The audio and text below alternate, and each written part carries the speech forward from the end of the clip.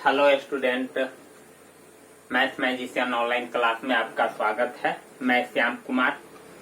हम कल के वीडियो में बताए हुए थे कि आज हम आपको बताने वाले हैं कि आखिर आप 10वीं के बाद करेंगे क्या। सबसे बड़ा चुनौती होता है स्टूडेंट। अक्सर खास करके यह देखा जाता है कि अगर आप 10वीं के बाद सही सब्जेक्टों का चुनाव नहीं कर पाते हैं सही समय पर, तो पूरे करियर पर प्रभाव आपका पड़ जाता है। तो दोस्तों, सही चुनाव कीजिएगा और सही समय पर कीजिएगा। इसीलिए हम आपको वीडियो लेकर के आए हैं और वीडियो को अंत तक जरूर देखिएगा स्टूडेंट। जो भी अच्छी बात होती है उसको जरूर देखना चाहिए 5 मिनट समय निकाल करके, क्योंकि आपको अच्छी बात से अच्छी जानकारी हमेशा मिलती रहती है।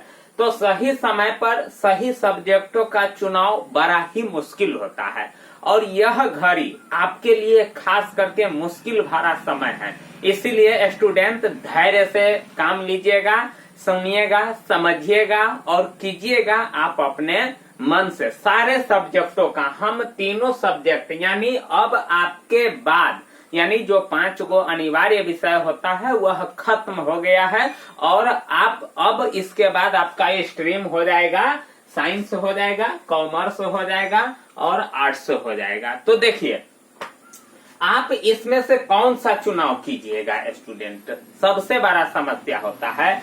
अगर आप साइंस पढ़ते हैं तो साइंस पढ़कर देश की सेवा कर सकते हैं। आप देखिए, साइंस से आप क्या क्या कर सकते हैं। इंजीनियरिंग कर सकते हैं, मेडिकल के साथ अन्य सभी क्षेत्रों में करियर बना सकते हैं। आगे फायदा आपको यह होगा कि आर्ट या कॉमर्स भी चुन सकते हैं ग्रेजुएशन में।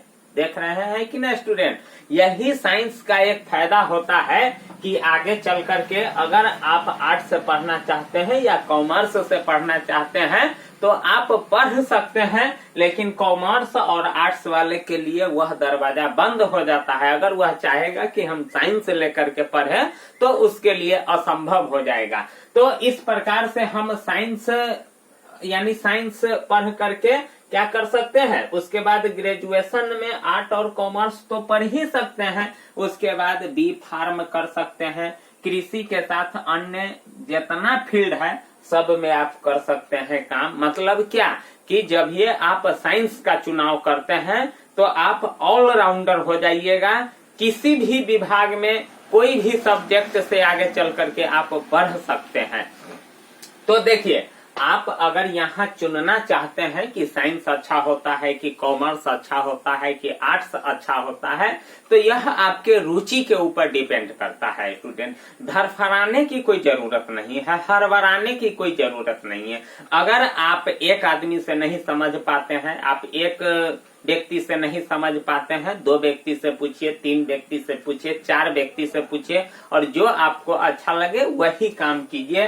तो स्टूडेंट धैर्य से काम लेना सीखिएगा और जो आपको अच्छा लगे, जिस विषय में आपको सबसे ज्यादा पसंदीदा विषय है, जिस विषय में आपको सबसे ज्यादा रुचि लगती है, उसी फैकल्टी को चुनने की कोशिश कीजिएगा।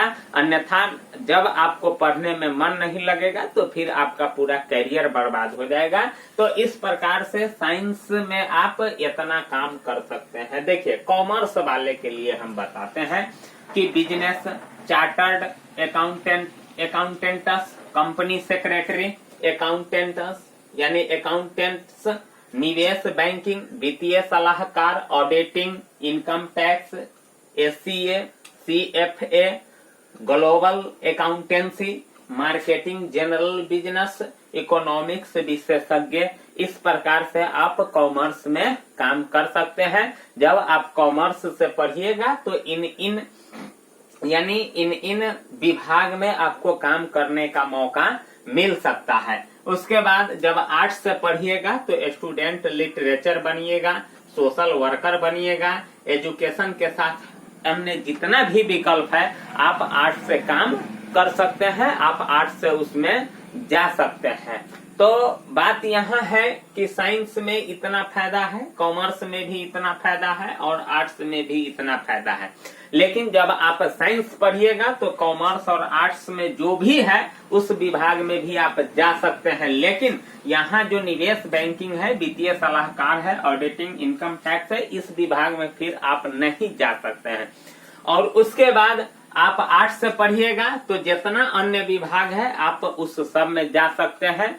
तो सोचने वाली बात यहाँ यह है कि आप आर्ट्स से पढ़िएगा कि कॉमर्स से पढ़िएगा कि साइंस से पढ़िएगा, तो यह आपके रुचि के ऊपर डिपेंड करता है। देखिए, बहुत ऐसा स्टूडेंट सब होते हैं जो माता पिता के दबाव के कारण यानी साइंस ले लेते हैं और उसको साइंस पढ़ने में रुचि नहीं लगता है, साइंस से घबरा जाता है और यही घबराहट आगे चल करके उसको परेशानी कर देता है, जिसके कारण उसका रिजल्ट क्या हो जाता है, खराब हो जाता है और फिर वह कुछ नहीं कर पाता है, या कॉमर्स से दबाव में आकर के ले लेता है या आर्ट्स से ले लेता है। देखिए स्टूडेंट, मैं भी एक स्टूडेंट था अपने जमाने में, और मैं भी इंटर मैट्रिक करने के बाद इंटर में साइंस लिया, और जब हम साइंस ले लिए तो फिर जब हम पढ़ने जाते थे तो हमारे जो साथी था, हमारा जो दोस्त था, उसमें से कितना दोस्त अपने स्ट्रीम को बदल दिया।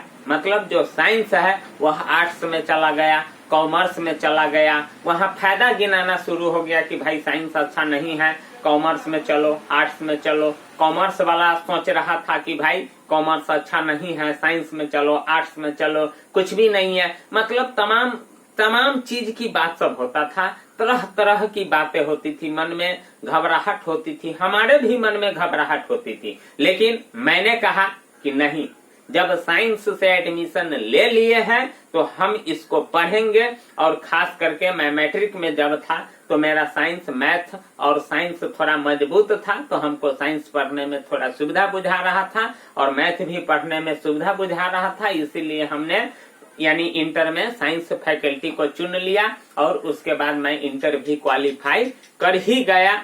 उसके बाद क्या हुआ था कि तरह तरह के परेशानी होता है। बहुत ऐसा स्टूडेंट सब है जो अपनी स्ट्रीम को तो बदल ही दिया, बाद में फिर उसको यह आभास होता है कि नहीं, मेरा जो स्ट्रीम है वही सही है। इसीलिए स्टूडेंट, आपको भी मैं बता देता हूं कि 10वीं के बाद घबराने की जरूरत नहीं है।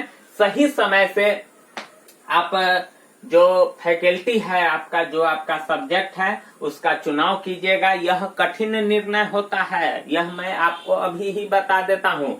जो स्ट्रीम आप चुनिएगा उस स्ट्रीम में आपको स्टार्टिंग में बहुत परेशानी होगी, बहुत दिक्कत होगी। इसीलिए आप परेशानी को दूर कीजिएगा। मेहनत जब आप कीजिएगा तो निश्चित है कि सफलता आपके हाथों में आ जाएगी। इसीलिए आप माता पिता के दबाव में मत पड़िएगा, और उसके दबाव के अनुसार ऐसा नहीं है कि अगर आप आर्ट्स के स्टूडेंट है और साइंस कॉमर्स ले लिए, या आप कॉमर्स के स्टूडेंट है साइंस आर्ट ले लिए, या साइंस के स्टूडेंट है आर्ट्स कॉमर्स ले लिए, तो फिर परेशानी होगी। अगर आपके माता पिता अगर आपका बात नहीं मानता है तो आप उसको समझाने की कोशिश कीजिए, खोल करके बात उनसे कीजिए, दिल खोल करके बात कीजिए और कहिए कि हमको यह सब्जेक्ट पढ़ने में मन नहीं लगेगा। हाँ, भले हम दबाव के कारण ले लेंगे, लेकिन आगे चल करके रिजल्ट में परेशानी हो जाएगा। इसीलिए स्टूडेंट, इस कठिन निर्णय में आप आसानी से निर्णय लीजिएगा, थोड़ा सोच समझ करके, और नहीं तो आपका करियर क्या हो जाएगा, बर्बाद हो जाएगा। तो उसके बाद आप 10वीं के बाद करियर से जुड़े सब्जेक्ट अगर आप चुनिएगा तो निश्चित है कि सफलता मिलेगी। अगर आपको इंजीनियर बनने का सपना होगा तो साइंस सब्जेक्ट को चुनिएगा। अगर आपको अकाउंटेंट बनना होगा तो आप कॉमर्स को चुनिएगा। अगर आपको सोशल वर्कर बनना होगा, समाज सेवा बनना होगा, तो फिर आप आर्ट्स सब्जेक्ट से पढ़ सकते हैं। तो इन सारी बातों को आप समझ सकते हैं, और इन सारी बातों को अगर आप चाहिएगा कि मैं कॉपी में नोट कर लूं तो आप कॉपी में भी नोट कर सकते हैं। तो स्टूडेंट, अगर आपको अच्छा लगे तो प्लीज चैनल को जरूर सब्सक्राइब कर दीजिएगा, लाइक कर दीजिएगा और कमेंट भी कीजिएगा। और यही चीज सब हम आपको आगे चल करके फिर बताते रहेंगे। थैंक यू, धन्यवाद।